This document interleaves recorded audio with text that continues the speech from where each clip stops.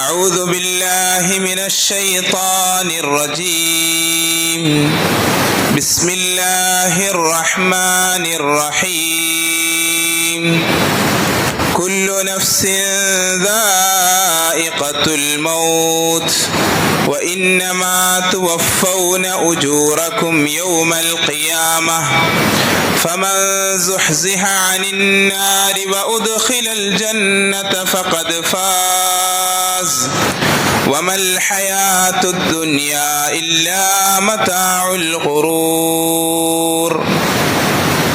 وقال النبي صلى الله عليه وسلم الكيس من دان نفسه وعمل لما بعد الموت والعاجز من أتبع هواها وتمنى على الله الأماني. സ്നേഹാദരവുകൾ നിറഞ്ഞ സത്യവിശ്വാസികളെ, സഹോദരീ സഹോദരന്മാരെ, സ്നേഹനിധിയായ അല്ലാഹു സുബ്ഹാനഹു വ തആല അവൻ്റെ കാരുണ്യ കടാക്ഷങ്ങൾ നമുക്ക് ചൊരിഞ്ഞ് നൽകി അനുഗ്രഹിക്കുമാറാകട്ടെ. നമ്മുടെ പാപങ്ങൾ പുറത്തു മാപ്പാക്കി തരുമാറാകട്ടെ. അള്ളാഹുവിനെ അനുസരിക്കുന്ന സജ്ജനങ്ങളിൽ നമ്മളെ ഉൾപ്പെടുത്തി അനുഗ്രഹിക്കുമാറാകട്ടെ. നമ്മളിൽ നിന്ന് മൺമറഞ്ഞു പോയ മാതാപിതാക്കൾ, ബന്ധുമിത്രാദികൾ, കൂട്ടുകുടുംബാദികൾ, സഹോദരി സഹോദരന്മാർ, നമ്മുടെ ഗുരുനാഥന്മാർ, അള്ളാഹു എല്ലാവരുടെയും പരലോക ജീവിതം വെളിച്ചത്തിലാക്കി കൊടുക്കുമാറാകട്ടെ. മഗ്ഫിറത്തും മർഹമത്തും പ്രദാനം ചെയ്ത് അനുഗ്രഹിക്കുമാറാകട്ടെ. ജീവിച്ചിരിക്കുന്ന നമുക്കെല്ലാവർക്കും അള്ളാഹു ആഫിയത്തോടു കൂടിയുള്ള ദീർഘായുസ് പ്രദാനം ചെയ്ത് അനുഗ്രഹിക്കുമാറാകട്ടെ. മനുഷ്യൻ പലപ്പോഴും ഭൗതിക ജീവിതത്തിൻ്റെ സുഖാഡംബരങ്ങളിൽ കുടുങ്ങിയിട്ട് അവൻ്റെ ജീവിതത്തിൻ്റെ അർത്ഥവും ലക്ഷ്യവും അന്വേഷിക്കാനും തിരയാനും മറന്നു പോകാറുണ്ട്. ആ വിധമാണ് അല്ലാഹു സുബ്ഹാനഹു വ തആല ഭൗതിക ജീവിതത്തെ ക്രമീകരിച്ചിട്ടുള്ളത്, ഡിസൈൻ ചെയ്തിട്ടുള്ളത്. അതുകൊണ്ടാണ് പരിശുദ്ധമായ ഖുർആൻ ഭൗതിക ജീവിതം ഒരു ട്രാപ്പാണ് എന്ന് പറഞ്ഞത്. വമൽ ഹയാത്തുദ് ദുനിയ ഇല്ലാ മതാഉൽ ഗുറൂർ എന്നാണ്. ഭൗതിക ജീവിതം ഒരു വഞ്ചനയുടെ ചരക്കല്ലാതെ മറ്റൊന്നുമല്ല എന്ന് പറഞ്ഞു. മനുഷ്യനെ പെട്ടെന്ന് പറ്റിക്കും, പെട്ടെന്ന് കബളിപ്പിക്കും. ആ ആയത്ത് തുടങ്ങുന്നത് ഇങ്ങനെയാണ്: കുല്ലു നഫ്സിൻ ദാഇഖത്തുൽ മൗത്ത്. ഓരോ ശരീരവും മരണത്തെ രുചിക്കുക തന്നെ ചെയ്യും. വഇന്നമാ തുവഫൗന ഉജൂറക്കും യൗമൽ ഖിയാമ. നിങ്ങളുടെ പ്രതിഫലങ്ങളെ പൂർത്തീകരിക്കപ്പെടുന്നത് അന്ത്യദിനത്തിലാണ് എന്ന്. ഫമൻ സുഹ്സിഹ അനിൻ നാരി വഉദ്ഖിലൽ ജന്നത ഫഖദ് ഫാസ്. ആരൊരാൾ നരകത്തിൽ നിന്ന് ദൂരമാക്കപ്പെടുകയും സ്വർഗത്തിൽ പ്രവേശിപ്പിക്കപ്പെടുകയും ചെയ്തോ ഫഖദ് ഫാസ്, ഫഖദ് ഫാസ്, അവൻ വിജയിച്ചു എന്നാണ്. മനുഷ്യൻ ഭൗതിക ജീവിതത്തിൽ അവന്റെ അർത്ഥം അന്വേഷിക്കണമെന്നാണ്. എന്തിനാണ് നമ്മൾ വെറുതെ കഴിച്ചും കുടിച്ചും ഉണ്ടും ഉറങ്ങിയും അള്ളാഹു നൽകിയ ഈ അനുഗ്രഹീതമായ ആയുസ് പര്യവസാനിക്കാനുള്ളതാണോ എന്ന് അന്വേഷിക്കാൻ, പരിശോധിക്കാൻ, തിരയാൻ അള്ളാഹു നമ്മളോട് പറയുന്നുണ്ട്. ജീവിതത്തിന്റെ അർത്ഥം എന്താണ്? എന്തിനാണ് ജീവിക്കുന്നത്? ആ രൂപത്തിൽ നമ്മൾ അന്വേഷണവും പഠനവും നടത്തേണ്ടതുണ്ട് എന്നത് ചരിത്ര വസ്തുതകളിലൂടെ അള്ളാഹു നമ്മളെ പഠിപ്പിക്കുന്ന യാഥാർത്ഥ്യമാണ്. ഇമാം അഹ്മദ് റഹ്മത്തുള്ളാഹി അലൈഹി അദ്ദേഹത്തിന്റെ മുസ്നദ് അഹ്മദിൽ സൽമാനുൽ ഫാരിസി റളിയല്ലാഹു തആല അൻഹു ഇസ്ലാം സ്വീകരിച്ച ചരിത്രം കൊണ്ടുവരുന്നുണ്ട്. ഒരു മനുഷ്യൻ സുഖാഡംബരങ്ങളിൽ, ഭൗതികമായ രസങ്ങളിൽ, എല്ലാ അർത്ഥത്തിലുമുള്ള സൗകര്യങ്ങളിലും ജീവിച്ച ഒരു മനുഷ്യൻ, ആ മനുഷ്യന്റെ ഹൃദയത്തിൽ, ജീവിതത്തിൽ സത്യാന്വേഷണത്തിന്റെ തീക്കനൽ ആളിക്കത്താൻ വേണ്ടി ആ തീക്കനലുമായി അഭയം തേടി യാത്ര ചെയ്ത് സഞ്ചരിക്കുന്ന സൽമാനുൽ ഫാരിസിയുടെ ചരിത്രം ഇമാം അഹ്മദ് അദ്ദേഹത്തിന്റെ മുസ്നദ് അഹ്മദിൽ കൊണ്ടുവരുന്നുണ്ട്. പേർഷ്യയിലാണ് സൽമാനുൽ ഫാരിസി ജീവിച്ചത്. പേർഷ്യ എന്ന് പറയുന്നത് മജൂസികളുടെ നാടാണ്. അങ്ങനെ തന്നെ പറയണം. മജൂസികൾ ഉള്ള നാട് എന്ന് പറഞ്ഞാൽ പറ്റൂല, മജൂസികളുടെ നാടാണ്. മജൂസ്, അഗ്നി ആരാധകർ. തീയെ ദിവ്യത്വം കൽപ്പിച്ചവർ, തീയിലധിഷ്ഠിതമായി അഗ്നിയില അധിഷ്ഠിതമായ ആചാര അനുഷ്ഠാനങ്ങളും ക്ഷേത്ര ആരാധനകളും നിലനിന്ന ഒരു സമൂഹത്തിലാണ് മഹാനായ സൽമാനുൽ ഫാരിസി പിറന്നു വീഴുന്നത്, ജനിച്ചതും ജീവിക്കുന്നതും. അദ്ദേഹത്തിന്റെ പിതാവ് ഒരു അഗ്നി ആരാധനയുടെ അതീവ ഭക്തനായിരുന്നു. നാട്ടിലെ വലിയ ജമ്മിയായിരുന്നു. ഒരുപാട് ഭൂസ്വത്തുക്കൾ ഉണ്ടായിരുന്നു, തോട്ടങ്ങളും കെട്ടിടങ്ങളും ഉണ്ടായിരുന്നു. അതുകൊണ്ട് തന്നെ സൽമാനെ വലിയ ഇഷ്ടമായിരുന്നു. സൽമാനെ ജോലിക്കും തൊഴിലൊന്നും ഒന്നും പറഞ്ഞു വിട്ടിട്ടില്ല. എപ്പോഴും വീട്ടിൽ തന്നെ സൽമാൻ ഉണ്ടാകും. അദ്ദേഹം ഈ ചരിത്രം അബ്ദുല്ലാഹിബിൻ അബ്ബാസിന് പറഞ്ഞു കൊടുക്കുന്നുണ്ട്. നിങ്ങൾ സത്യം അന്വേഷിച്ച് നിങ്ങളുടെ സത്യാന്വേഷണ യാത്ര ഞങ്ങൾക്കൊന്ന് വിവരിച്ചു തന്നാലും, അബ്ദുല്ലാഹിബിൻ അബ്ബാസ് പറഞ്ഞതാണ് റളിയല്ലാഹു അൻഹുമ. അപ്പോൾ പറഞ്ഞു കൊടുത്തതാണ്. അങ്ങനെ ഒരു ദിവസം വളരെ യാദർച്ഛികമായി പിതാവ് പറഞ്ഞു, അകലങ്ങളിലുള്ള എൻ്റെ എസ്റ്റേറ്റിലേക്ക് ഇന്ന് എനിക്ക് പോകാൻ കഴിയില്ല, ചില അസൗകര്യങ്ങളുണ്ട്, നീ അവിടെ പോകണം. ആദ്യമായിട്ടാണ് സൽമാൻ പുറത്തേക്ക് പോകുന്നത്. എസ്റ്റേറ്റിലേക്ക് പോകുന്ന വഴിയിലാണ് ഒരു ക്രിസ്ത്യൻ കനീസ സൽമാൻ കാണുന്നത്. അവിടുത്തെ പ്രാർത്ഥനകളെ ശ്രദ്ധിച്ചു, അവിടെ നടക്കുന്ന ആരാധനകൾ ശ്രദ്ധിച്ചു.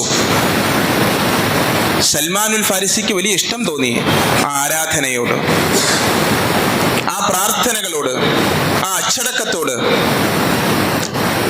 എസ്റ്റേറ്റിലേക്ക് പോയ സൽമാൻ കയറിയത് അവിടെയാണ്. ആ പ്രാർത്ഥനകളിൽ പങ്കെടുത്തു. സൂര്യാസ്തമയം വരെ അവിടെ ഉണ്ടായിരുന്നു. അവരോട് ചോദിച്ചു, ഈ മജൂസികൾ അഗ്നി ആരാധനയിൽ അധിഷ്ഠിതമായ സംസ്കാരം നിലനിൽക്കുന്ന ഈ പേർഷ്യയിൽ നിങ്ങൾ എങ്ങനെ എത്തിപ്പെട്ടു? ഞങ്ങൾ സിറിയയിൽ നിന്ന് എത്തിപ്പെട്ട ക്രിസ്ത്യാനികളാണ്. തിരിച്ച് വീട്ടിലേക്ക് വന്ന് പിതാവിനോട് സൽമാൻ പറഞ്ഞു, ഞാൻ ഇന്നൊരു കനീസയിൽ പോയി, ഒരു ചർച്ചിൽ പോയി. ആ ചർച്ചിൽ അതിൻ്റെ ആരാധനകളും പ്രാർത്ഥനകളും കേട്ടു. നമ്മുടെ മതത്തെക്കാളും എത്രയോ മഹത്തായ ദർശനം, എത്രയോ മഹത്തായ ആചാര അനുഷ്ഠാനങ്ങൾ, ഒരു ആത്മാവുണ്ട് അതിന്. അപ്പോ പിതാവ് പറഞ്ഞു അദ്ദേഹത്തിന്റെ സ്വതസിദ്ധമായ ശൈലിയിൽ, ലാ ഖൈറ ഫീ ദാലിക്, ആ ദർശനത്തിൽ ഒരു നന്മയുമില്ല, മറിച്ച് നന്മയുള്ളത് നിന്റെയും നിന്റെ പിതാക്കന്മാരും വല്ലിപ്പമാരും വഴി നിനക്ക് കിട്ടിയ ദർശനത്തിലാണ്. അത് മജൂസി അഗ്നി ആരാധനയിൽ അധിഷ്ഠിതമായ ഈ ദർശനമാണ്. ഇതാണ് ശുദ്ധവാദം എന്ന് പറയുന്നത്. ഒരു ദർശനത്തിന് മനുഷ്യന്റെ ബ്ലഡ് ഗ്രൂപ്പുമായിട്ട് എന്ത് ബന്ധമുള്ളത്? വാപ്പയുടെയും വല്ലിപ്പായുടെയും കഥ പറഞ്ഞ് മതത്തിലേക്ക് ആകർഷിക്കുന്ന പ്രവണതയെ ശക്തമായി ചോദ്യം ചെയ്തുകൊണ്ട് അവതരിപ്പിക്കപ്പെട്ട ദർശനത്തിന്റെ പേര് ഇസ്ലാം എന്നാണ്. അത് എക്കാലഘട്ടത്തിലും പലരും പറഞ്ഞിട്ടുണ്ട്, നിന്റെയും നിന്റെ വല്ലിപ്പയുടെയും മതം എന്ന്. ഒരു തരം ഇമോഷണൽ ബ്ലാക്ക് മെയിലിംഗ് ആണ്. ഈ ശുദ്ധവാദം പറഞ്ഞിട്ടാണ് ഹിറ്റ്ലർ ലക്ഷക്കണക്കിന് ജൂതന്മാരെ കൊന്നുകളഞ്ഞത്. ഈ ഭൂമിയിൽ ജീവിക്കേണ്ട ശുദ്ധന്മാർ, ഈ ജർമ്മനിയിൽ ജീവിക്കേണ്ട ശുദ്ധന്മാരാരാ? പരിശുദ്ധരാരാ? ആര്യന്മാരായ നിങ്ങളാ. നിങ്ങളുടെ അവകാശത്തെ തട്ടിയെടുക്കുന്നതാ ജൂതന്മാര്. അതുകൊണ്ട് ഞാനിതാ അവരെ വധിക്കാൻ പോകുന്നു. ഈ ഒരൊറ്റ ഡയലോഗിലാ, ഈ ഒരു സംശുദ്ധവാദത്തിലാ ആ കൂട്ടക്കൊല നടന്നത്. നമ്മുടെ രാജ്യത്ത് ജീവിക്കേണ്ടത് സവർണരാണ്, അത് കഴിഞ്ഞിട്ടേ ഉള്ളൂ എല്ലാം എന്ന് ചിന്തിക്കുന്ന, എന്ന് സംസാരിക്കുന്ന, എന്ന് വർത്താനം പറയുന്ന ഒരു സമൂഹം ഇവിടെ നിലനിൽക്കുന്നതും ആ ഒരു മനോഭാവത്തിൽ നിന്നാണെന്നേ. സംശുദ്ധവാദം, ഞങ്ങളൊക്കെ ശുദ്ധരും ബാക്കിയുള്ളവരൊക്കെ അശുദ്ധരും. അത് തന്നെയാണ് സൽമാനോട് പിതാവ് പറഞ്ഞത്. നിന്റെ പിതാവ്, നിന്റെ വല്ലിപ്പ ഒക്കെ പുലർത്തി വന്ന ഒരു മതമുണ്ട്, ആ മതത്തിനപ്പുറത്തേക്ക് നീ ചിന്തിക്കുകയോ? കുറെ കൂടെ സൽമാൻ റളിയല്ലാഹു അൻഹു പറയുന്നുണ്ട് പിന്നീട്, എന്നെ പിതാവ് കുറച്ചുകൂടെ പേടിച്ചു, ഞാൻ എങ്ങാനും അതിൽ പെട്ടുപോകുമോ എന്ന്. കുറച്ചുകൂടെ ഞാൻ വീട്ടു തടങ്കലിലായി. പക്ഷെ എന്നിരുന്നാലും ഞാൻ രഹസ്യമായ നീക്കുപോക്കുകൾ നടത്തുന്നുണ്ടായിരുന്നു. ഷാമിൽ നിന്ന്, സിറിയയിൽ നിന്നാണെന്നല്ലേ അക്കൂട്ടർ പറഞ്ഞത്. സിറിയയിൽ നിന്ന് ഒരു കച്ചവട സംഘം വന്നാൽ എന്നെ അറിയിക്കണമെന്ന് പറഞ്ഞ് ചില ആളുകളെ ഞാൻ രഹസ്യമായി നിയമിച്ചു. കാഫിലകൾ, കച്ചവട സംഘങ്ങൾ സിറിയയിൽ നിന്ന് വന്നപ്പോൾ അവർ സൽമാനെ അറിയിച്ചു. കിട്ടിയ സ്വർണവും വെള്ളിയും ഭണ്ഡാരങ്ങളുമായി സൽമാനുൽ ഫാരിസി അവിടെ നിന്ന് ഇറങ്ങി ആ കച്ചവട സംഘത്തിലേക്ക് ഓടുന്നതാണ് ചരിത്രം കാണിച്ചു തരുന്നത്. അതെങ്ങനെയാണ്? സൗകര്യപ്രദമായ ഒരു അന്തരീക്ഷത്തിൽ ഒരു പിതാവിന്റെ വാത്സല്യനിധിയായ മകനായി ഭൂസ്വത്തുക്കളുടെ ഇടയിൽ, തോട്ടങ്ങളുടെ ഇടയിൽ, കൊട്ടാര സമുച്ചയമായ സാഹചര്യങ്ങളിൽ ജീവിച്ച ഒരു മനുഷ്യൻ എന്തിനാണ് അലയാൻ ഇറങ്ങുന്നത്? ഒരു മനുഷ്യന്റെ ഉള്ളിലെ അവന്റെ സത്യാന്വേഷണത്തിന്റെ തീക്കനൽ കത്തിയാൽ അവന് ഇരിപ്പുറയ്ക്കുകയില്ല എന്ന യാഥാർത്ഥ്യമാണ്. അവൻ അറിയാനുണ്ട്, എന്തിനാണ് ഞാൻ ഈ കൊട്ടാര സമുച്ചയമായ സൗകര്യങ്ങളിൽ വിരാജിക്കാനാണോ ഞാൻ ഇവിടെ നിയോഗിക്കപ്പെട്ടത്? നാം കാണുന്ന ഭൗതിക പ്രപഞ്ചത്തിനും അപ്പുറം അഭൗതികമായി നാം അറിയേണ്ട എന്തെങ്കിലും സത്യങ്ങളുണ്ടോ എന്ന വളരെ ബ്ലാങ്ക് ആയിട്ടുള്ളൊരു ക്വസ്റ്റ്യൻ. അങ്ങനെ ഇറങ്ങിത്തിരിച്ചതാണ്. ആ കച്ചവട സംഘത്തിൽ കയറി ഷാമിലേക്ക് ആദ്യമായി സൽമാൻ എത്തിച്ചേരുന്നത്. അവിടെ ചെന്നിട്ട് അന്വേഷിക്കുന്നു, നിങ്ങളിലെ ഏറ്റവും പ്രധാനിയായ ആൾ ആരാണ്? നിങ്ങളുടെ മതത്തെ സംബന്ധിച്ച്, ക്രിസ്തീയ മതത്തെ സംബന്ധിച്ച് അറിവുള്ള ജ്ഞാനിയായ മനുഷ്യൻ. അങ്ങനെയാണ് അവിടെയുള്ള ഏറ്റവും വലിയൊരു മഹാബിഷപ്പിന്റെ അടുത്തേക്ക് സൽമാൻ എത്തിച്ചേരുന്നത്. അദ്ദേഹത്തോട് പറഞ്ഞു, നിങ്ങളുടെ മതത്തെ പറ്റി പഠിക്കാനും അറിയാനും അനുധാവനം ചെയ്യാനുമാണ് സിറിയയിൽ ഞാൻ കാലുകുത്തിയത്. എന്നെ ഒന്ന് കൂടെ കൂട്ടണം. അയാൾ കൂടെ കൂട്ടി. പക്ഷെ സൽമാൻ പറയുന്നുണ്ട്, ഞാൻ അദ്ദേഹത്തോടൊപ്പം ചേർന്നു. വളരെ മോശക്കാരനായ ഒരു പുരോഹിതനായിരുന്നു അദ്ദേഹം. ജനങ്ങളുടെ അടുക്കൽ നിന്ന് പണങ്ങൾ പിരിച്ചെടുക്കുകയും സ്വർണവും വെള്ളിയും ശേഖരിക്കുകയും എന്നിട്ട് അത് അവകാശികൾക്ക് കൊടുക്കാതെ ഭരണികളിൽ സൂക്ഷിക്കുകയും ചെയ്യുന്ന ഒരു മോശക്കാരനായ ഒരു പുരോഹിതൻ. പക്ഷേ എനിക്ക് അവിടെ നിന്ന് രക്ഷപ്പെടാൻ കഴിഞ്ഞില്ല. പലപ്പോഴും അതങ്ങനെയാണ്. ചില മനുഷ്യരുടെ ട്രാപ്പിൽ കുടുങ്ങിക്കഴിഞ്ഞാൽ പുറത്ത് കടക്കുക എന്ന് പറഞ്ഞാൽ വലിയ പാടാ. അങ്ങനെ ഇരിക്കവേ ആ ബിഷപ്പ് മരണപ്പെടുന്ന സാഹചര്യത്തിൽ ആ ബിഷപ്പിനെ മറമാടാൻ വേണ്ടി ക്രിസ്ത്യാനികളായ സമൂഹം ഒത്തുചേർന്നപ്പോൾ ഞാൻ അവരോട് പറഞ്ഞു, നിങ്ങൾ ഇന്ന് മറമാടാൻ ഇരിക്കുന്ന ഈ മയ്യത്തുണ്ടല്ലോ, ഈ ബിഷപ്പുണ്ടല്ലോ, നിങ്ങളുടെ പണം പിരിക്കുകയും അത് അവകാശികൾക്ക് കൊടുത്തു വിടാതിരിക്കുകയും അത് ഭരണികളിൽ സൂക്ഷിക്കുകയും ചെയ്തിരിക്കുന്നു എന്ന്. അത് നിനക്കെങ്ങനെ അറിയാം സൽമാൻ? ഞാൻ കാണിച്ചു തരാം നിങ്ങൾക്ക്. കാണിച്ചു കൊടുത്തപ്പോൾ 7 വലിയ ഭരണികൾ നിറയെ സൂക്ഷിക്കപ്പെട്ടിരിക്കുകയാണ്, സ്വർണവും വെള്ളിയും എല്ലാം. പക്ഷെ ഇവിടെ മനസ്സിലാക്കേണ്ട ഒരു വിഷയമുണ്ട്. ഒരിക്കലും അദ്ദേഹം ഇറങ്ങി പുറപ്പെട്ടത് സത്യാന്വേഷണത്തിന്റെ യാത്രയാണ്. എന്തിനാണ് എൻ്റെ നിയോഗം? ഈ സുഖിക്കാനും ഉടുക്കാനും ഉറങ്ങാനും ഭുജിക്കാനും കുടിക്കാനും മാത്രമാണോ? അല്ല. അങ്ങനെയാണെങ്കിൽ ഞാനും പോത്തും കാളയും തമ്മിൽ എന്താ വ്യത്യാസം? ഈ അന്വേഷണത്തിന്റെ ഉത്തരമാണ് കിട്ടേണ്ടത്. അതൊരു ചോദ്യമാണ്, വളരെ ക്ലാരിറ്റി ഉള്ള ക്വസ്റ്റ്യനാണ്. ആ ക്വസ്റ്റ്യന്റെ ആൻസർ തേടിയുള്ള യാത്രയാണ്. അവിടെ വ്യക്തികൾ പ്രശ്നമല്ല, വ്യക്തികൾ മോശക്കാരാണ് എന്ന് പ്രശ്നമല്ല, അത് ആ വ്യക്തിയുടെ കുഴപ്പമാണ്. ശേഷം ആ ബിഷപ്പിന്റെ സ്ഥാനത്തേക്ക് അവരോധിക്കപ്പെട്ട മനുഷ്യൻ നല്ല മനുഷ്യനായിരുന്നു, പുതിയ വന്ന ബിഷപ്പ്. അതിനെപ്പറ്റി സൽമാൻ റളിയല്ലാഹു തആല അൻഹു പറയുന്നുണ്ട്, റഅയ്തു റജുലൻ ലാ യുസല്ലിൽ ഖംസ്, 5 നേരം നമസ്കരിക്കാത്ത ആളുകളിൽ ഇത്രയും ദുനിയാവിനോട് വിരക്തിയുള്ള ഒരു ക്രിസ്ത്യാനി, ഒരു സത്യക്രിസ്ത്യാനി, പരലോക വിചാരമുള്ള സത്യക്രിസ്ത്യാനി. അപ്പം നമ്മൾ ഇന്ന് കാണുന്ന ക്രിസ്തുമതം അല്ല എന്ന് മനസ്സിലാക്കണം. മരണത്തിന് ശേഷം ഒരു ജീവിതമുണ്ടെന്നും വളരെ വ്യക്തമായി ഭൗതിക ജീവിതത്തോട് വിരക്തിയുള്ള രാപ്പകലുകളെ ആരാധനയിൽ ക്രമീകരിച്ച ഒരു ബിഷപ്പ്, ഒരു പുരോഹിതൻ, അതായിരുന്നു ആ മനുഷ്യൻ. ആ മനുഷ്യനെ ഞാൻ ഹൃദയം കൊണ്ട് സ്നേഹിച്ചു, ആ മനുഷ്യനോടൊപ്പം കഴിഞ്ഞുകൂടി. പക്ഷെ ആ മനുഷ്യനും മരണം വന്ന സമയത്ത് ആ മനുഷ്യനോട് ഞാൻ വസിയത്ത് ചോദിച്ചു, ഇനി ഞാൻ ആരുടെ അടുത്തേക്ക് പോകണം? എന്റെ ഈ സത്യാന്വേഷണ വഴിയിൽ ഞാൻ അടുത്ത് അന്വേഷിക്കേണ്ട ഗുരു ആരാണ്? ആത്മീയ നേതാവ് ആരാണ്? താങ്കളെ പോലെ ഒരു നല്ല മനുഷ്യന്റെ സാമീപ്യം എനിക്ക് ലഭിച്ചിരുന്നുവെങ്കിൽ. അപ്പോഴാണ് അദ്ദേഹം പറഞ്ഞത്, ക്രിസ്തീയ ദർശനങ്ങൾ അട്ടിമറിക്കപ്പെട്ടുകൊണ്ടിരിക്കുകയാണ്, വേദഗ്രന്ഥങ്ങളെ കൈകടത്തലുകൾക്ക് വിധേയമാക്കപ്പെട്ടുകൊണ്ടിരിക്കുകയാണ്, ഈസാ നബി അലൈഹിസ്സലാം പഠിപ്പിച്ച ദർശനത്തെ വക്രീകരിക്കപ്പെട്ടിരിക്കുകയാണ്. സംശുദ്ധമായ ഈ ദർശനത്തിൽ അടിയുറച്ച് ജീവിക്കുന്ന ഒരു സത്യക്രിസ്ത്യാനിയെ കാണിച്ചു തരാൻ വലിയ പ്രയാസമാണ്. എന്നിരുന്നാലും അദ്ദേഹം വസിയത്ത് ചെയ്തത് ഇറാഖിലേക്ക് മൂസിൽ എന്ന സ്ഥലത്തേക്ക് പോകാനാണ്. അവിടെ നിങ്ങൾക്കൊരു പുരോഹിതനെ കാണാം. അങ്ങനെ അടുത്ത ആളുടെ അടുത്തേക്ക് പോകുന്നു, അവിടെ കുറെ കാലം ജീവിക്കുന്നു. അദ്ദേഹത്തിന്റെ വസിയത്ത് പ്രകാരം നസീബിയൻ ബിഷപ്പിന്റെ അടുത്തേക്ക് പോകുന്നു, അവിടെ താമസിക്കുന്നു. അവിടെ നിന്ന് വീണ്ടും അമൂരിയയിലേക്ക്, തുർക്കി, ഇന്നത്തെ തുർക്കി. അപ്പൊ നോക്കണം, പേർഷ്യയിൽ നിന്ന് റോമും അതുപോലെ തന്നെ തുർക്കിയും താണ്ടിയുള്ള യാത്ര എന്തിനാണെന്ന് ആലോചിക്കണം. ഒരു മനുഷ്യൻ ഒരൊറ്റ ചോദ്യത്തിന് വേണ്ടിയുള്ള യാത്രയാണ്. ഒരൊറ്റ ചോദ്യം. അമൂരിയയിലെ, തുർക്കിയിലെ ആ ഗുരുസ്ഥാനത്തേക്ക് വരുന്നുണ്ട്. അദ്ദേഹത്തിന്റെ അടുക്കൽ കുറെ കാലം സൽമാൻ റളിയല്ലാഹു തആല അൻഹു, പിന്നീട് ഇസ്ലാം സ്വീകരിച്ച സ്വഹാബി പറ്റിയും അദ്ദേഹം കഴിഞ്ഞുകൂടുന്നുണ്ട്. ഇത് പറയുമ്പോഴാണ് ദ അൽകമിസ്റ്റ് എന്ന് പറയുന്ന ബ്രസീലിയൻ നോവലിസ്റ്റായ ഒരു നോവലിസ്റ്റ് എഴുതിയ പുസ്തകം, അതില് സാന്റിയാഗോ എന്നൊരു കഥാപാത്രത്തെ കാണാൻ സാധിക്കും. സാന്റിയാഗോ ഒരു സ്വപ്നം കാണുന്നു. അതൊരു നോവലാണ്.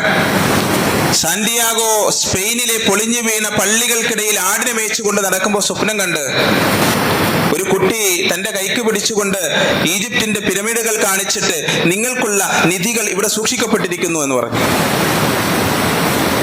ആ സ്ഥലം ഞാൻ കാണിച്ചു തരാമെന്ന് പറഞ്ഞപ്പോഴേക്കും ഉറക്കം കഴിഞ്ഞു. ഉറക്കത്തിൽ നിന്ന് എഴുന്നേറ്റു. ഈ സ്വപ്നം പല ആവർത്തി കണ്ടപ്പോഴാണ് ഈ സ്വപ്നത്തിൽ എന്തോ ഒരു പ്രാപഞ്ചിക രഹസ്യമുണ്ട് എന്ന് പറഞ്ഞുകൊണ്ട് സാന്റിയാഗോ ഈജിപ്തിലേക്ക് വെച്ച് പിടിക്കുന്നത്. 1 വർഷത്തിലധികം എടുത്തു ആ യാത്ര. ഈജിപ്തിൽ, സ്പെയിനിൽ നിന്ന് ഈജിപ്തിലേക്ക് എത്താനെന്നാണ് കഥ, നോവൽ. ഒരു നിധി അന്വേഷിച്ച്, ഒരു സ്വർണ്ണനിധി അന്വേഷിച്ചുള്ള യാത്രയാണ്. എത്ര മനുഷ്യരെ അദ്ദേഹം ആ യാത്രയിൽ കണ്ടുമുട്ടുന്നത് നമുക്കതിൽ കാണാൻ സാധിക്കും.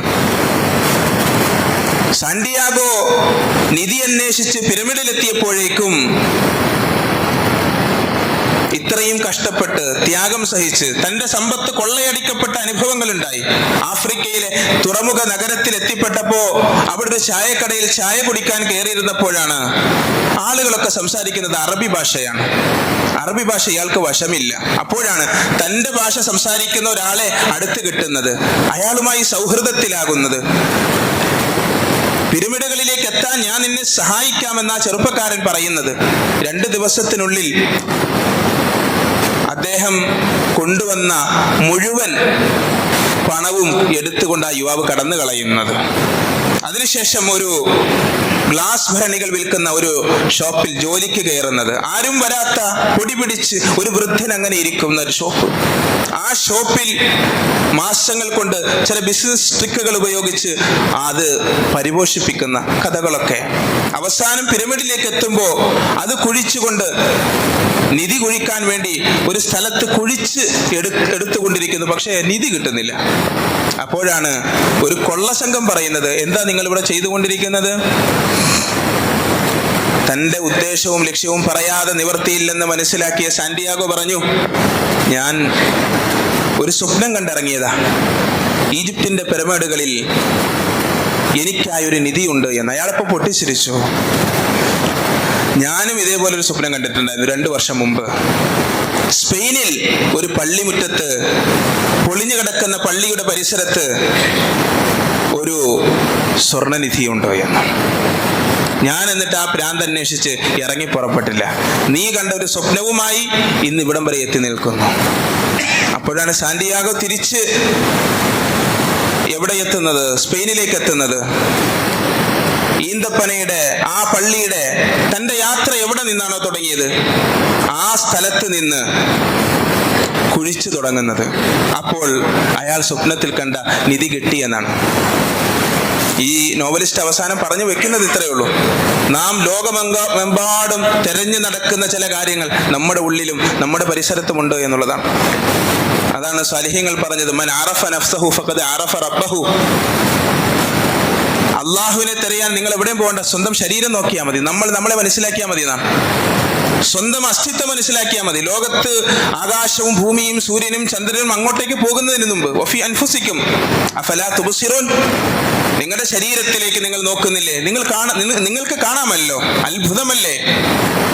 നിങ്ങളുടെ ഉള്ളിൽ സത്യാന്വേഷണത്തിന്റെ ആ ഒരു തീപ്പന്തം കത്തിച്ചാൽ അത് സ്വർണവും വെള്ളിയും ഭൗതികമായ മെറ്റീരിയലുകൾ തേടിയുള്ള യാത്രയാണ്. പക്ഷെ ഇത് സൽമാൻ അൽ ഫാരിസിയുടെ നോവലല്ല, ചരിത്രമാണ്, സത്യാന്വേഷണത്തിന്റെ യാത്രയാണ്. അമൂരിയ വരെ, തുർക്കി വരെ എത്തി നിൽക്കുന്ന ആൾ സൽമാൻ റളിയല്ലാഹു തആല അദ്ദേഹത്തോട് പറഞ്ഞു, ഇനി ഞാൻ എവിടെ പോകണം? ഇനി ഞാൻ ആരുടെ അടുത്തേക്ക് പോകണം? അദ്ദേഹം പറഞ്ഞു, മാ അഅലമു അഹദൻ ബഖിയ അലാ അംരിന, നമ്മുടെ ഈ ഋജുവായ മാർഗത്തിൽ, ഈ സത്യക്രിസ്ത്യൻ ദർശനത്തിൽ അധിഷ്ഠിതമായി ജീവിക്കുന്ന ഒരാളെയും എനിക്കറിയുകയില്ല. പക്ഷേ എൻ്റെ അറിവും അന്വേഷണവും പഠനവും വെച്ച് ഞാൻ ഒരു കാര്യം പറയാം. ഒരു പ്രവാചകന്റെ ഉദയത്തിന് സമയമെടുത്തിരിക്കുന്നു. അറബ് ഭൂമികയിൽ ഉദയം ചെയ്യുന്ന പ്രവാചകൻ, ധാരാളം കറുത്ത കല്ലുകൾക്കിടയിലെ ഈന്തപ്പനകൾ നിറഞ്ഞ ഒരു പ്രദേശത്തേക്ക് പലായനം ചെയ്യുന്ന പ്രവാചകൻ. ആ പ്രവാചകൻ സകാത്ത് സ്വതക്ക ഭക്ഷിക്കുകയില്ല, സമ്മാനങ്ങൾ ഭക്ഷിക്കും, പക്ഷെ സ്വതക്ക ഭക്ഷിക്കുകയില്ല. ആ പ്രവാചകന്റെ രണ്ട് മുതുകല്ലുകൾക്കിടയിൽ പ്രവാചകത്വത്തിന്റെ സ്വീല് കാണാം. നിനക്ക് കഴിയുമെങ്കിൽ അവിടെ എത്തിച്ചേരണം എന്നാണ് അമൂരിയയിലെ, തുർക്കിയിലെ ക്രിസ്തീയ രാജാവ് സൽമാൻ ഉപദേശിച്ചത്. കച്ചവട സംഘത്തിന് കയറിക്കൂടി കലബ് ഗോത്രക്കാരായ കച്ചവട സംഘം ആ പ്രദേശത്ത് വരുമ്പോൾ അദ്ദേഹത്തിന്റെ കയ്യിലുള്ള മുഴുവൻ പണവും കൊടുത്ത് നിങ്ങൾ എന്നെ അറബ് ഭൂമികയിലേക്ക് എത്തിച്ചാലും എന്നാവശ്യപ്പെട്ടു. പക്ഷെ അവര് ചെയ്ത പരിപാടി, ആ പൈസ എല്ലാം മേടിച്ച് സൽമാനെ അടിമച്ചന്തയിൽ കൊണ്ട് ഒരു ജൂതന് കൊണ്ട് വിറ്റു. കൊട്ടാര സമുച്ചയമായ സമാനമായ സൗകര്യങ്ങളിൽ ജീവിച്ച പേർഷ്യക്കാരനായ സൽമാനുൽ ഫാരിസി അടിമത്തത്തിന്റെ കയ്പ് നീര് ഒരു ചന്തയിൽ നിമിഷങ്ങൾ കൊണ്ട് കുടിച്ചിറക്കുന്നൊരവസ്ഥ. പക്ഷെ വിറ്റതൊരു ജൂതനാണ്. വാദിൽ ഖുറ എന്ന് പറയുന്ന പ്രദേശത്ത് ജോലിക്കാരനായി, തൊഴിലാളിയായി പണിയെടുക്കുമ്പോഴും അദ്ദേഹത്തിന്റെ ഹൃദയം ഈ ഭൗതിക പ്രപഞ്ചത്തിനും അപ്പുറമുള്ള സത്യത്തെ അന്വേഷിക്കുവാൻ വേണ്ടി വെമ്പുന്നുണ്ട്. മദീനക്കാരനായ ബനൂ ഖുറൈള ഗോത്രത്തിൽപ്പെട്ട ജൂതനായ ഒരു മനുഷ്യൻ വളരെ യാദൃശ്ചികമായി എന്ന് നമുക്ക് പറയാം, യാദൃശ്ചികമായി ആ തോട്ടത്തിൽ എത്തിച്ചേരുകയും ആ യജമാനനോട് പറയുന്നു, നിങ്ങൾ ഈ അടിമയെ എനിക്ക് വിറ്റാലുമെന്ന്. ഇതൊരു യാദൃശ്ചികതയല്ല എന്ന് നമ്മൾ മനസ്സിലാക്കണം. പൗലോ എഴുതുന്നുണ്ട് ദ അൽക്കമിസ്റ്റിൽ, നിങ്ങളൊരു കാര്യത്തെ തീവ്രമായി ആഗ്രഹിച്ചു കഴിഞ്ഞാൽ പ്രപഞ്ചം മുഴുവനും നിങ്ങൾക്ക് അനുകൂലമായി നിൽക്കുമെന്ന്. അത് അൽക്കമിസ്റ്റിൽ അദ്ദേഹത്തിന്റെ പ്രയോഗമാണ്. പക്ഷെ ഒരു മുഅ്മിൻ പറയും അത് ഭൗതികമായ സ്വപ്നങ്ങൾക്ക് വേണ്ടി എഴുതിയതാണ്. പക്ഷെ ഞാൻ പറയുന്നത് അഭൗതികമായി യഥാർത്ഥ സത്യത്തെ അന്വേഷിച്ചുകൊണ്ട് ഒരു മനുഷ്യൻ ഇറങ്ങിപ്പുറപ്പെട്ടാൽ അള്ളാഹു അവസരങ്ങൾ ഒരുക്കും എന്നതാണ്. എന്തിനാണ് ജൂതൻ വാങ്ങിച്ചത്? മാർക്കറ്റിൽ നിന്ന് ആർക്കും വാങ്ങാമായിരുന്നല്ലോ. ബനൂ ഖുറൈളയിലെ, മദീനയിലെ ബനൂ ഖുറൈള ഗോത്രക്കാരനായ ജൂതൻ അവിടെ എത്തിച്ചേരുന്നത്, സൽമാൻ റളിയല്ലാഹു തആല അൻഹുവിനെ വാങ്ങുന്നത്, തിരിച്ച് വീണ്ടും അദ്ദേഹം മദീനയിൽ എത്തിച്ചേരുന്നു. മദീനയിൽ എത്തിയപ്പോൾ അമൂരിയയിലെ ഗുരു പറഞ്ഞ അതേ പ്രദേശം കാലങ്ങളെടുത്തു, അവിടെ പണിയെടുത്തു. ഒരു ദിവസം ഈന്തപ്പനയുടെ മുകളിൽ നിന്ന് പണിയെടുത്തുകൊണ്ടിരിക്കുമ്പോഴാണ് ആ യജമാനനോട് വന്നിട്ട് ഒരാൾ പറയുന്നത്, ഇതാ മക്കയിൽ ഉദയം ചെയ്ത പുണ്യപ്രവാചകൻ സല്ലല്ലാഹു അലൈഹി വസല്ലം മദീനയുടെ അതിർത്തി പ്രദേശമായ ഖുബായിൽ വന്നു ചേർന്നിട്ടുണ്ട്. ആളുകളെല്ലാം പ്രവാചകരെ കാണാൻ വേണ്ടി പോയിട്ടുണ്ട് എന്ന് പറഞ്ഞപ്പോൾ സൽമാൻ റളിയല്ലാഹു തആല ഈ സംഭവം അബ്ദുല്ലാഹി ഇബ്നു അബ്ബാസിന് പറഞ്ഞു കൊടുത്തുകൊണ്ട് പറയുന്നു, ഞാൻ ആ മരത്തിൽ നിന്ന് ഇറങ്ങുമ്പോഴേക്കും, ഈന്തപ്പനയിൽ നിന്ന് ഇറങ്ങുമ്പോഴേക്കും ഞാൻ പനി പിടിച്ചിരുന്നു, വിറച്ചിരുന്നു. എന്നിട്ട് ആ മനുഷ്യനോട് പറഞ്ഞു, നീ എന്താ പറഞ്ഞത്? യജമാനൻ സൽമാനെ ആട്ടിപ്പായിച്ചു, നിനക്ക് ഇവിടെ എന്താ കാര്യം, കയറി പോകാൻ പറഞ്ഞു. പണിയെല്ലാം കഴിഞ്ഞ് വൈകുന്നേരമായപ്പോൾ, സന്ധ്യയായപ്പോൾ തനിക്ക് കിട്ടി ഈത്തപ്പഴ കാരക്കയുമായി അള്ളാഹുവിന്റെ റസൂലിന്റെ സമക്ഷം പ്രാപിച്ചുകൊണ്ട് സൽമാൻ റളിയല്ലാഹു തആല അൻഹു പറഞ്ഞു, താങ്കൾ പരദേശിയല്ലേ, താങ്കളോടൊപ്പമുള്ളവരും പരദേശികളല്ലേ, ഇത് സക്കാത്തിന്റെ സ്വതക്കയുടെ മുതലാണ്, അങ്ങ് കഴിച്ചാലും. അള്ളാഹുവിന്റെ റസൂൽ അത് വാങ്ങിച്ച ശേഷം സമീപത്തുള്ള ആളുകൾക്കൊക്കെ വിതരണം ചെയ്തു. അതിലൊന്നുപോലും അള്ളാഹുവിന്റെ റസൂൽ കഴിച്ചില്ല. രണ്ടാം ദിവസം സൽമാൻ റസൂലിനെ സമീപിച്ചു. അത് സമ്മാനപ്പൊതിയുമായിട്ടാണ്. ഇത് സദഖയല്ല, ഇത് സമ്മാനപ്പൊതിയാണ്. അള്ളാഹുവിന്റെ റസൂൽ ആ സമ്മാനപ്പൊതിക്ക് സ്വീകരിച്ചു, കഴിച്ചു. പക്ഷെ എന്നിട്ട് സൽമാൻ റളിയല്ലാഹു തആല അൻഹു റസൂലിന്റെ പിന്നിൽ നിന്ന് ഇങ്ങനെ കറങ്ങുന്നുണ്ടായിരുന്നു. ആ കറക്കം കണ്ടപ്പോഴേ അള്ളാഹുവിന്റെ റസൂലിനെ കാര്യം പിടികിട്ടി. ആരോ പറഞ്ഞു കേട്ട വിവരങ്ങൾ ശേഖരിച്ച് വന്ന മനുഷ്യനാണ് എന്ന് അള്ളാഹുവിൻ്റെ റസൂൽ സല്ലല്ലാഹു അലൈഹി വസല്ലം ആ നുബുവത്തിൻ്റെ തിരുശരീരത്തിൽ നിന്ന് ആ വസ്ത്രം മാറ്റി കാണിച്ചു കൊടുത്തു. സൽമാനുൽ ഫാരിസി അബ്ദുല്ലാഹിബിൻ അബ്ബാസിനോട് ഈ കഥ പറഞ്ഞതിന് ശേഷം പറയുന്നുണ്ട്, അബ്ദുല്ലാഹിബിൻ അബ്ബാസ്, അള്ളാഹുവിൻ്റെ റസൂലിൻ്റെ മുതുക് കണ്ടതും അള്ളാഹുവിൻ്റെ റസൂലിനെ ഞാൻ കെട്ടിപ്പിടിച്ച് പൊട്ടിക്കരഞ്ഞു എന്ന്. ഒരു സത്യാന്വേഷിയുടെ അന്വേഷണത്തിൻ്റെ സംഹാരം, സാക്ഷാത്കാരം, ദാഹം, വിശപ്പ്, അത് സാക്ഷാത്കരിക്കപ്പെടുന്ന മുഹൂർത്തം പുണ്യ റസൂൽ സല്ലല്ലാഹു അലൈഹി വസല്ലമ തങ്ങളുമായി സന്ധിക്കുന്ന ധന്യം. അങ്ങനെയാണ് ചരിത്രത്തിൽ സൽമാനുൽ ഫാരിസി, പേർഷ്യക്കാരനായ സൽമാൻ റളിയല്ലാഹു തആല ഉദയം ചെയ്യുന്നത്. നമ്മൾ ആലോചിക്കണം, എവിടെ നിന്ന് തുടങ്ങിയ യാത്രയാണ്? പേർഷ്യയിൽ നിന്ന് തുടങ്ങിയ യാത്രയാണ്. പേർഷ്യയിലെ സുഖസൗകര്യങ്ങൾ നിറഞ്ഞ ഒരു കൊട്ടാര സമാനമായ അന്തരീക്ഷത്തിൽ നിന്ന് എല്ലാം വലിച്ചെറിഞ്ഞ് ഒരൊറ്റ ചോദ്യവുമായി എത്തിയത് മദീനയിലാണ്. പുണ്യ നബി മുഹമ്മദ് മുസ്തഫ സല്ലല്ലാഹു അലൈഹി വസല്ലമയുടെ തിരുസന്നിധിയിലാണ്. ഭൗതികമായ മെറ്റീരിയലുകൾ തേടിയല്ല. എത്ര കാലമായി നാം നമസ്കരിക്കുന്നു? എത്ര കാലമായി നാം ഇസ്ലാമിന്റെ അഹ്ലുകാരെന്ന് അവകാശപ്പെടുന്നു? യഥാർത്ഥ സത്യം നമ്മുടെ കൽബിലുണ്ടോ? സത്യത്തെ പറ്റിയുള്ള ചോദ്യങ്ങൾ നമ്മുടെ കൽബിലുണ്ടോ? അള്ളാഹുവിലേക്കുള്ള തേട്ടം നമ്മുടെ കൽബിലുണ്ടോ? പുണ്യ നബി മുഹമ്മദ് മുസ്തഫ സല്ലല്ലാഹു അലൈഹി വസല്ലമ തങ്ങളുടെ സ്നേഹം കൊണ്ട് നമ്മുടെ ജീവിതം കുടിപ്പിക്കപ്പെട്ടിട്ടുണ്ടോ? ഭൗതികമായ സുഖാഡംബരങ്ങളിൽ, രസങ്ങളിൽ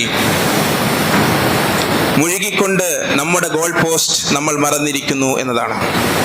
കാരണം ഇൻസാൻ എന്ന് പറഞ്ഞാൽ തന്നെ അങ്ങനെയാണ്. മനുഷ്യൻ, ഇൻസാൻ എന്ന വാക്കിന്റെ അർത്ഥം തന്നെ മറതിയുള്ളവൻ എന്നാണ്. അള്ളാഹു വെറുതെ പറഞ്ഞതല്ല, വമൽ ഹയാത്തു ദുനിയ ഇല്ല മതാഉൽ ഗുറൂർ. ഭൗതിക ജീവിതം എന്ന് പറയുന്നത് ഒരു വഞ്ചനയുടെ ചരക്കല്ലാതെ മറ്റൊന്നുമല്ല, ഒരു ട്രാപ്പാണത്. അത് മനസ്സിലാക്കണം.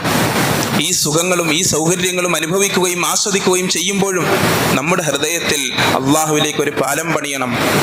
ഹബീബായ മുഹമ്മദ് മുസ്തഫ സല്ലല്ലാഹു അലൈഹി വസല്ലമ തങ്ങളുടെ മദീനയിലേക്ക് ഒരു മാർഗം നിർമ്മിക്കാൻ നമുക്ക് കഴിയണം. അള്ളാഹു അനുഗ്രഹിക്കുമാറാകട്ടെ. പ്രിയമുള്ള മുഅ്മിനീങ്ങളെ, സഹോദരങ്ങളെ, അതാണ് ജീവിതം.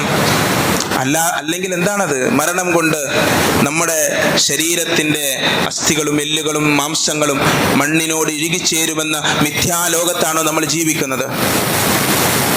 കിട്ടിയ ജീവിതം അടിച്ചു പൊളിച്ച് യാതൊന്നും അറിയേണ്ടതില്ല. ആരാധനാലയങ്ങൾ കാണുന്നതേ പുച്ഛമാണ്, പരിഹാസമാണ്. രാവിലെ ഡോക്ടർ പറയുന്നു പ്രമേഹമുണ്ട്, കൊളസ്ട്രോൾ ഉണ്ട്, ഒന്ന് രാവിലെ എണീച്ച് നടക്കണം എന്ന് പറഞ്ഞാൽ രാവിലെ 5 മണിക്ക് എഴുന്നേറ്റ് ഉറക്കമുണർന്ന് വ്യായാമത്തിന് ഇറങ്ങുന്ന മനുഷ്യരെ നമുക്ക് കാണാൻ സാധിക്കും. വാക്വേകളിൽ ഓടുന്നവർ, നടക്കുന്നവർ, ചാടുന്നവർ. എത്ര കാലമായി അല്ലാഹു അക്ബർ, അല്ലാഹു അക്ബർ എന്ന്. നമ്മള് റോമും പേർഷ്യയും തുർക്കിയും അവിടെ ഒന്നും പോകണ്ട. നമ്മുടെ മസ്ജിദിൽ വന്ന് ഈ വിളികെട്ട് ഹയ്യ അലസ് സലാഹ്, ഹയ്യ അലൽ ഫലാഹ്, മസ്ജിദുകൾ കൊണ്ട് ധന്യമായ നമ്മുടെ നാട്ടിൽ. ഞാൻ സൽമാനുൽ ഫാരിസിയുടെ ചരിത്രം പറയുന്നത് ഒരു പള്ളി പോലും എടുക്കാനില്ലാത്ത, മസ്ജിദുകളില്ലാത്ത ഒരു യാത്രയാണ്. മദീനയിൽ അണയുന്ന യാത്ര, തീക്ഷ്ണമായ യാത്ര, എല്ലാം നഷ്ടപ്പെടുത്തി ഒരു സത്യത്തിലേക്ക് ചിന്തകളെയും മനസ്സുകളെയും ജീവിതത്തെയും ഏകീകരിക്കുന്ന യാത്ര. അടിമത്തത്തിന്റെ കയ്പുനീര് കുടിച്ചിട്ടും ആ അന്വേഷണം അവസാനിപ്പിക്കാതെ അഷ്ഹദു അല്ലാ ഇലാഹ ഇല്ലല്ലാഹ് വ അഷ്ഹദു അന്ന മുഹമ്മദർ റസൂലുള്ളാഹ് എന്ന ഷഹാദത്തിന്റെ സാക്ഷിപത്രത്തിലേക്ക് എത്തുന്ന യാത്ര. പ്രിയമുള്ള മുഅ്മിനീങ്ങളെ, ഓരോ പള്ളി മെഹ്റാബുകളിൽ നിന്ന് നാം കേൾക്കുന്നുണ്ട് അഷ്ഹദു അല്ലാ ഇലാഹ ഇല്ലല്ലാഹ്, അഷ്ഹദു അല്ലാ ഇലാഹ ഇല്ലല്ലാഹ്, അഷ്ഹദു അന്ന മുഹമ്മദർ റസൂലുള്ളാഹ്, അഷ്ഹദു അന്ന മുഹമ്മദർ റസൂലുള്ളാഹ്. എന്തേ ഓർമ്മിപ്പിച്ചിട്ടും മറതി അഭിനയിക്കുന്നത് നമ്മൾ? ഞാൻ നിങ്ങളും ആലോചിക്കണം. നിരന്തരം ഓർമ്മിപ്പിക്കപ്പെട്ടിട്ടും മറതി അഭിനയിച്ച് ജീവിക്കുന്നു നമ്മൾ. മരണത്തിന് ശേഷം ഒരു ജീവിതം വരികയില്ല എന്നത്, അല്ലെങ്കിൽ വരുമെങ്കിലും അവിടെ രക്ഷപ്പെട്ടേക്കും എന്ന അമിത ആത്മവിശ്വാസത്തിൽ ജീവിക്കുകയാണോ നമ്മൾ? പുണ്യ നബി സല്ലല്ലാഹു അലൈഹി വസല്ലമ തങ്ങൾ പറഞ്ഞത് അതുകൊണ്ടാണ്, അൽ കയ്യിസു മൻ ദാന നഫ്സഹു വ അമില ലിമാ ബഅദൽ മൗത്ത്. യഥാർത്ഥ ബുദ്ധിമാൻ ആരെന്നറിയോ? മൻ ദാന നഫ്സഹു, സ്വന്തം ശരീരത്തെ അള്ളാഹുവിന് വേണ്ടി കീഴ്പ്പെടുത്തുകയും മരണാനന്തരം ജീവിതത്തിന് വേണ്ടി പ്രവർത്തിക്കുകയും ചെയ്യുന്നവനാണ് എന്നുള്ളതാണ്. അവസാനത്തെ വിസിൽ മുഴങ്ങുന്ന സന്ദർഭത്തിൽ നമ്മുടെയൊക്കെ സ്കോർ ബോർഡിൽ ഏത് രൂപത്തിലാണ് നാം അടയാളപ്പെടുത്തപ്പെടുന്നത് എന്ന് യാ അയ്യുഹല്ലദീന ആമനു തഖുല്ലാഹ വൽ തൻദുർ നഫ്സുൻ മാ ഖദ്ദമത് ലിഗദ്, നാളേക്ക് വേണ്ടി എന്താണ് ഒരുക്കി വെച്ചിട്ടുള്ളത് എന്ന് ഓരോ ശരീരവും ആലോചിച്ചു കൊള്ളട്ടെ. നമ്മളൊക്കെ കുട്ടികളായി ജനിച്ച് വളരുമ്പോഴേ നമ്മളോട് ആളുകൾ പറയുന്നത്, മാതാപിതാക്കൾ പറയുന്നത്, സമൂഹം പറയുന്നത് ഒക്കെ എന്താണ്? നല്ലതുപോലെ വിദ്യാഭ്യസിക്കണം, സ്കൂളും കോളേജും ഒക്കെ കഴിഞ്ഞ് നല്ലൊരു ജോലി സമ്പാദിക്കണം, നല്ല ശമ്പളക്കാരനാകണം, നല്ല വീട് വെക്കണം, നല്ല കാർ വാങ്ങണം, നല്ല കുടുംബം ലഭിക്കണം. ഇതാണ് ജീവിതം, ഇതോടുകൂടി ജീവിതം അവസാനിക്കുന്നു എന്നാണ്. അല്ല മുഅ്മിനീങ്ങളെ, ഇത് ഇടത്താവളമാണ്. കുൻ ഫിദ്ദുനിയാ കഅന്നക ഗരീബ് ഔ ആബിറുസ് സബീൽ വഉദ്ദ നഫ്സക മിൻ അസ്ഹാബിൽ ഖുബൂർ. എത്ര കൊട്ടാര സമാനമായ വീടുകളുണ്ടെങ്കിലും, കാറുകളുണ്ടെങ്കിലും, സൗകര്യങ്ങളുണ്ടെങ്കിലും, വിദ്യാഭ്യാസമുണ്ടെങ്കിലും, അധികാരമുണ്ടെങ്കിലും, സ്വാധീനമുണ്ടെങ്കിലും, ഒരു ദിവസം ഇതെല്ലാം വിട്ടിട്ട് പോകുന്ന ഒരു ദിവസമുണ്ട്. അത് കഴിഞ്ഞിട്ട് നമുക്ക് കിട്ടുന്ന മാർക്ക് എന്താണ്? അതാണ് അള്ളാഹു നോക്കുന്നത്. ഇതെല്ലാം അഴിച്ചു വെച്ചിട്ട് നമ്മുടെ മാർക്ക് എന്താണ്? നമ്മൾ ഏത് രൂപത്തിലാണ് അടയാളപ്പെടുത്തപ്പെടുന്നത്? അതുകൊണ്ടാണ് പുണ്യനബി പറഞ്ഞത് വഉദ്ദ നഫ്സക മിൻ അസ്ഹാബിൽ ഖുബൂർ. നിന്റെ ശരീരത്തെ നീ എണ്ണി എഴുതി വെച്ചോ. മിൻ അസ്ഹാബിൽ ഖുബൂർ. ഓരോ മരണത്തിലും നമ്മൾ കടന്നു പോകുന്ന ഖബർസ്ഥാനില്ലേ, അസ്സലാമു അലൈക്കും അഹ്ല ദിയാരി മിനൽ മുഅ്മിനീൻ വ ഇന്നാ ഇൻഷാ അല്ലാഹു ബിക്കും ലാഹിഖൂൻ എന്ന് സലാം പറയുന്ന ആ ഇടം, അവിടെ നിന്നോടും സലാം പറയപ്പെടുന്ന ഒരു ദിവസം വരുമെന്ന്. ഓരോ മരണ വാർത്ത കേൾക്കുമ്പോഴും ഇന്നാ ലില്ലാഹി വ ഇന്നാ ഇലൈഹി റാജിഊൻ എന്ന് നമ്മൾ പറയുന്നു. നമ്മൾ യഥാർത്ഥ ഗോൾ പോസ്റ്റ് എന്താണെന്ന് ഓർമ്മപ്പെടുത്തപ്പെടുകയാണ്. ഇന്നാ ലില്ലാഹി വ ഇന്നാ ഇലൈഹി റാജിഊൻ. തീർച്ചയായും നാം അല്ലാഹുവിനുള്ളവരാണ്. നമ്മുടെ ഓട്ടം അവിടെ അവസാനിക്കും. വ ഇന്നാ ഇലൈഹി റാജിഊൻ. അവരിലേക്ക് തന്നെ നാം മടങ്ങും. ഈ ചിന്തയും ഈ ബോധ്യവും ഈ ലോകത്ത് നമുക്കില്ലെങ്കിൽ, അതിനെപ്പറ്റിയുള്ള അന്വേഷണങ്ങളും പഠനങ്ങളും ത്യാഗങ്ങളും അവസാനിപ്പിക്കപ്പെട്ടാൽ, പ്രിയമുള്ളവരെ, നമ്മുടെ ജീവിതം അല്ലാഹു പരിശുദ്ധമായ ഖുർആനിൽ പറഞ്ഞതുപോലെ ഉലൈക കൽ അൻആം ബൽ ഹും അദൽ, അവർ നാൽക്കാലികളെ പോലെയാണ്, അല്ല അതിലും വഴിപിഴച്ചവരാണ് എന്ന് അല്ലാഹു കാത്തുരക്ഷിക്കുമാറാകട്ടെ. നന്മ